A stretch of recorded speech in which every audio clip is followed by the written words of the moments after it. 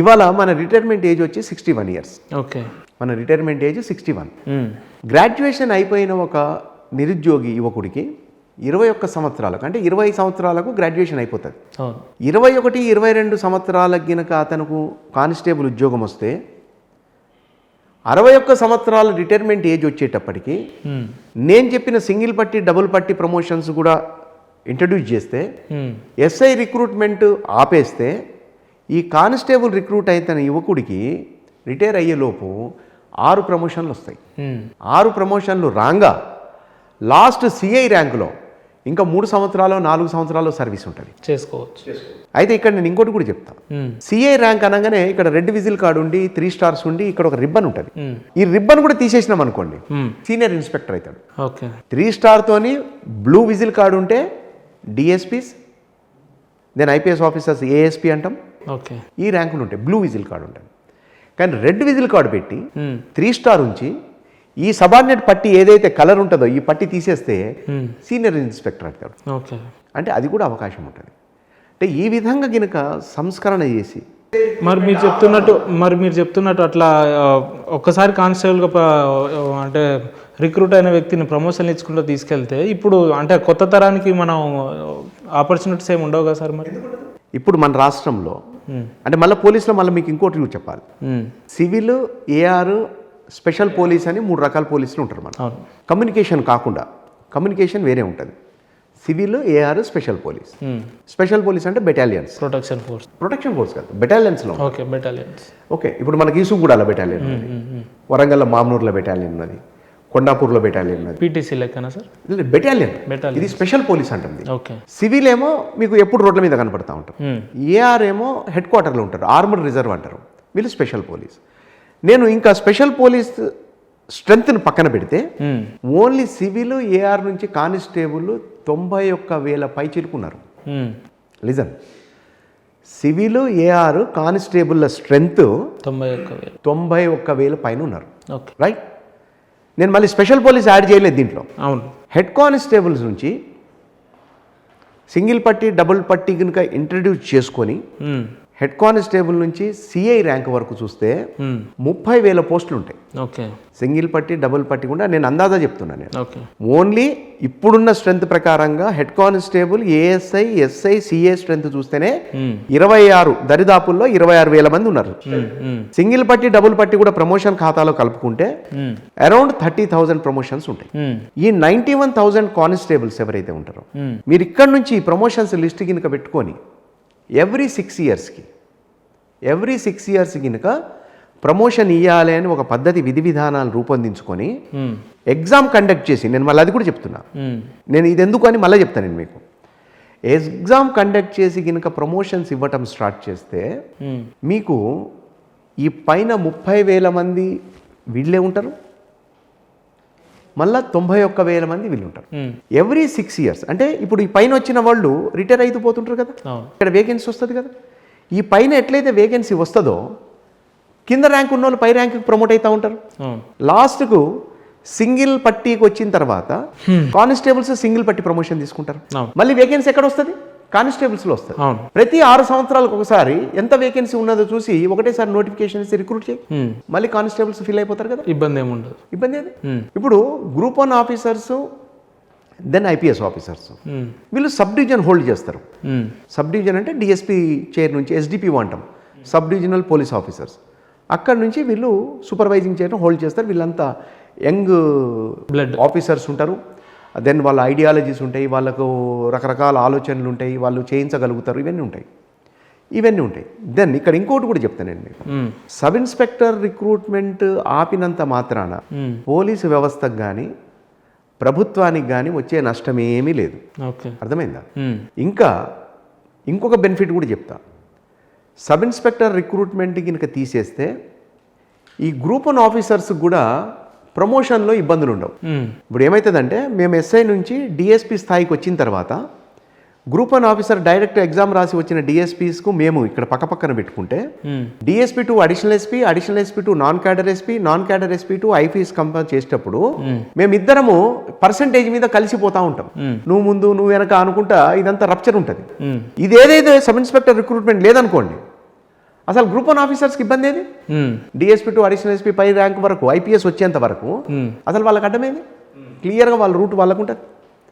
కింద constables CA వరకు వాళ్ళు వచ్చేస్తారు. కానీ ఈ డిపార్ట్మెంట్లో మీకు వచ్చిన ఆలోచన నిజంగా చాలామందికి ఆలోచింపజేసే ఆలోచన. కానీ దీన్ని ప్రభుత్వాలు అమలు చేస్తాయా లేదంటే ఈ ఆచరణలో పెడితే చాలా బాగానే ఉంటుంది, కానీ చూడాలి కదా మరి. ఎవరో ఒకళ్ళు ఆలోచన చేయాలి కదా. ఫస్ట్ అయితే ఆలోచన రావాలి కదా.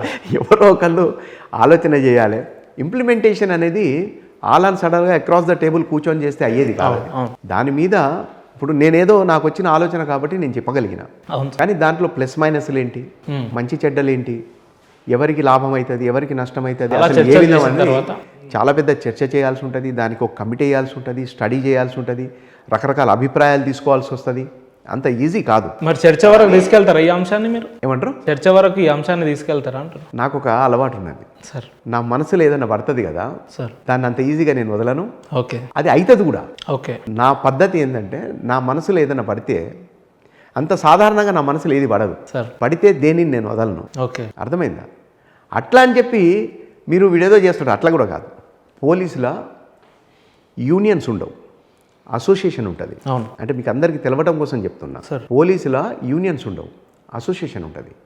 డిమాండ్ ఉండదు, రిక్వెస్ట్ ఉంటుంది. Request, because this is disciplined force. Okay, నీకు కావలసింది న్యాయబద్ధమైన అంశమైతే ధర్మసమ్మతమైన నువ్వు రిక్వెస్టే చేయాలి. డిమాండ్ చేస్తా, ధర్నా చేస్తా, స్ట్రైక్ చేస్తా అంటే ఈ పంత బాగుతుంది అట్లా ఉండదు. పోలీసుల అసోసియేషన్ ఉంటుంది, రిక్వెస్ట్ చేయాలి. అయితే ఇది న్యాయమైన కోరిక అయినప్పుడు పైన ఉన్న అధికారులు కానీ ప్రభుత్వం కానీ ఇది ఎంతవరకు ఆమోదయోగ్యము, సాధ్యాలు ఏంటి అని చూసి వీడు నన్ను అడిగారు కాబట్టి నేను చెప్తా.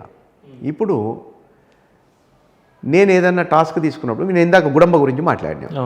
నేను మహబాద్కు నాకు అసలు పరిచయం లేని ప్రాంతం వాస్తవంగా. మరి ఒక డిఎస్పీగా పోయినప్పుడు అక్కడ బాధలు కష్టాలు, ఆడపిల్లల వితంతుల్ని చూసినప్పుడు, చిన్న చిన్న పిల్లలు అనాథ పిల్లలుగా తండ్రి లేకుండా చూసినప్పుడు మరి నేను గుడంబ తీయాలనుకున్నా కదా, ఏకం చేసిన కదా, గుడంబ తీసిన కదా, కంప్లీట్ చేసిన కదా.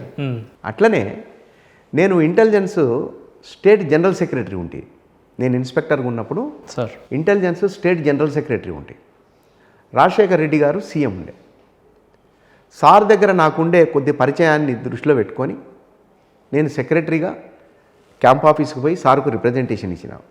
ఇంటెలిజెన్స్ ఆఫీసర్సు ఎంతో కష్టపడి ఏరియాలు తిరుగుతూ ఉంటారు, ఇన్ఫర్మేషన్ కలెక్షన్కు ఎక్కడెక్కడో పోతూ ఉంటారు. సొంత డబ్బులు జేబు నుంచి పెట్టుకొని వెహికల్స్లో ఎక్కటము, బస్సులలో ఎక్కటము, టికెట్లు కొనుక్కోవడం జరుగుతూ ఉంటాయి. ఇవన్నీ జరుగుతూ ఉంటాయి. వాళ్ళకు కొంత పర్సంటేజ్ ఏదైనా అలవెన్స్ ఇస్తే బాగుంటుంది సార్ అని చెప్పని నేను రిక్వెస్ట్ చేసిన. అర్థమైందా?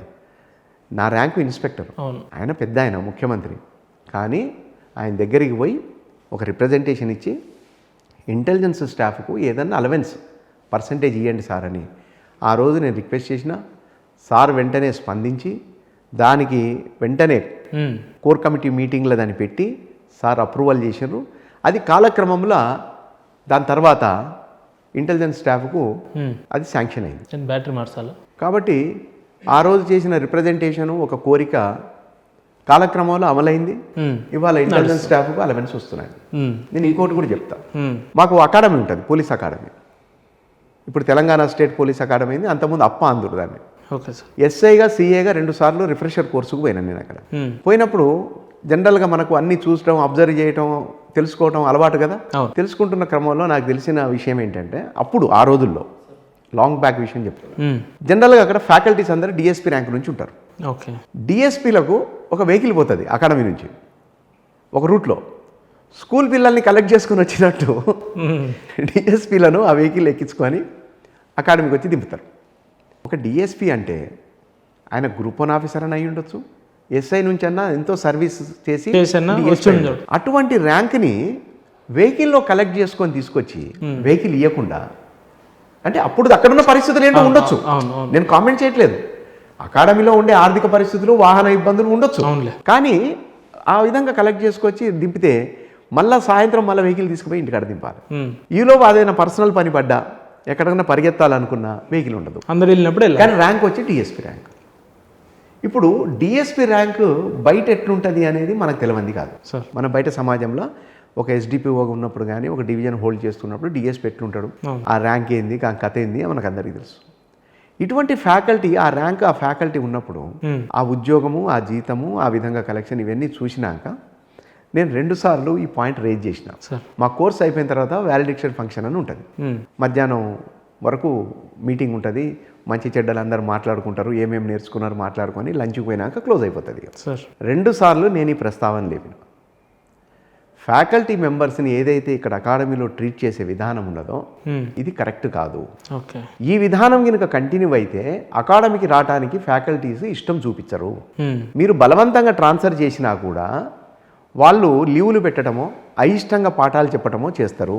వాళ్ళు ఇష్టంగా పాఠాలు చెబితే మాకు మా యొక్క నాలెడ్జ్ రిఫ్రెష్ అవుతుంది, అంత శ్రద్ధగా వింటారు. ఎందుకంటే ప్రతి డెవలప్మెంట్ కూడా మారుతూ ఉంటుంది ఎప్పటికప్పుడు. సర్క్యులర్స్, జీవోలు, కోర్టు జడ్జిమెంట్స్, బయట పరిస్థితులు అన్నీ డెవలప్ అవుతూ ఉంటాయి, మారుతుంటాయి. ఇవన్నీ కూడా ఎక్కడో మారుమూలలో ఉద్యోగం చేస్తున్న ఆఫీసర్కి అన్ని తెలవాలని రూల్ ఎక్కడ ఉంటుంది? ఇక్కడికి వచ్చిన తర్వాత అన్ని విషయాలు డిస్కస్ చేస్తాం. కాబట్టి ఇటువంటి స్థితిలో ఫ్యాకల్టీ మెంబర్స్ని ఈ విధంగా ట్రీట్ చేయడం కరెక్ట్ కాదు. కాబట్టి వాళ్ళను కూడా కొంచెం ఆఫీసర్స్ లెక్క గుర్తించి వాళ్ళకి ఏదన్నా స్పెషల్ అలవెన్స్ లెక్క ఇచ్చి వెహికల్స్ ప్రొవైడ్ చేసి ఏమన్నా చేస్తే బాగుంటుంది అని 2 సార్లు మీరే అప్పుడు కూడా నేను చెప్పినగా. అంటే మీరు ఏం చెప్పుకొస్తారు అంటే మీరు సమస్య లేవని ఎత్తిన ప్రతి అంశం కూడా అది సాధ్యమైనంత వరకు పూర్తి చేసారు అంటారు. అంతే. నా మనసులో దూరితే నేను దేన్ని వదలను. అది నేను గినక టేకప్ చేసిన తర్వాత ఆ టైంకు నేను ఉండొచ్చు, ఉండకపోవచ్చు, అది 1 year కావచ్చు, 5 ఏళ్ళు కావచ్చు. ఓకే, అది డెఫినెట్గా అవుతుంది.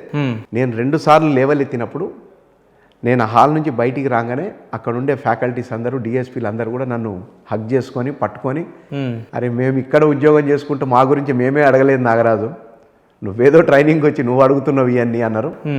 మరి కాలక్రమంలో ఇప్పుడు అక్కడ కూడా స్పెషల్ అన్సర్స్ వచ్చింది.